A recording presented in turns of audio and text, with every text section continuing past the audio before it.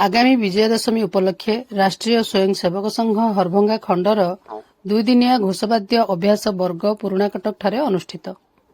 आज मध्याह 2टा समय आगामी विजयादशमी पालन उपलक्षे पथ संचलन दृष्टि राष्ट्रीय स्वयंसेवक संघ हरभंगा खंडर दुईदिनिया घोषवाद्य अभ्यास वर्ग पुराणाकटक सरस्वती शिशु विद्या मंदिर परिसर में अनुष्ठित हो जाइछि।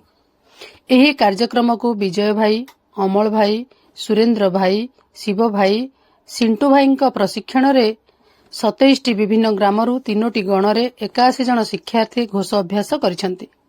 कार्यक्रमटी भल वातावरण और उत्साहपूर्ण होइथिबा बेले हरभंगा खंड संघ संचालक माननीय राजू भाई और बालकृष्ण भाई कार्यक्रम में मार्गदर्शन करिसेंति।